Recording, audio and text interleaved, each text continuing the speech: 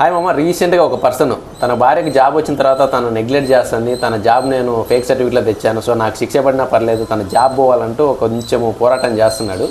So ఆ అబ్బాయి గురించి తీసుకుంటే, ఆ అబ్బాయి యాక్చువల్లీ ఆ అమ్మాయికి వేరే వంత మ్యారేజ్ అయిపోయి వాడిని వదిలేసి ఇతని దగ్గరికి వచ్చింది. ఇతని దగ్గరికి వచ్చిన తర్వాత వీడు కొద్దిగా కష్టపడి, సో తను నా దగ్గరికి వచ్చింది కదా నేను చూసుకోవాలనేసి వీడితో కష్టపడి కొంచెం ఆ అమ్మాయి కొద్దిగా ఫేక్ సర్టిఫికేట్లు అని తెప్పించి BSFలో జాబ్ తెప్పించాడు. తీరా ఆ అమ్మాయికి జాబ్ వచ్చి తన సొంత కాలం మీద తన బతకగలిగిన రోజులు ఈయనకి హ్యాండ్ ఇచ్చింది. అక్కడెక్కడో తన సెక్టార్లో ఇంకొకటి ఏమన్నా చూసుకుంది. సో ఈడుకి అదంతా మండేసి ఈరోజు వేరే తనకి ఎలా అయినా నాకేం జరిగినా పర్లేదు, తను మనశ్శాంతిగా ఉండకూడదు అనే ఒక మగధీర విలన్ డైలాగ్తో నేనైతే పోరాటం చేస్తాను.